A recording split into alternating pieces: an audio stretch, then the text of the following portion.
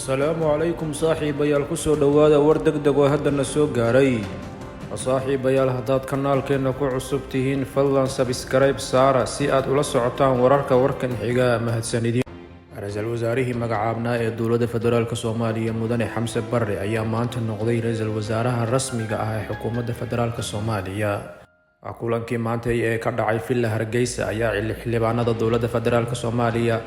qaab aqlabiyada oo gacantaaga ku ansixiyeen ra'iisul wasaaraha cusub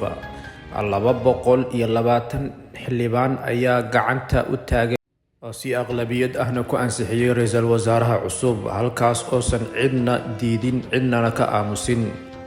ra'iisul wasaaraha rasmiga ah ee cusub ee Dowladda Federaalka Soomaaliya Mudane Xamse Barre ayaa ah dadka farakutiriska ah ee ku soo barbaaray waxna ku bartay wadanka gudihiisa kana soo noqday mucallim lana soo shaqeeyay xukuumado kala duwan maamul iyo heer federaal sidoo kale Xamse Barre waxa lagu xasuusan doonaa inuu noqday ra'iisul wasaarihii ugu horeeyay ee ka soo jeeda beelweynta Ogaadeen ee ku fariista kursigani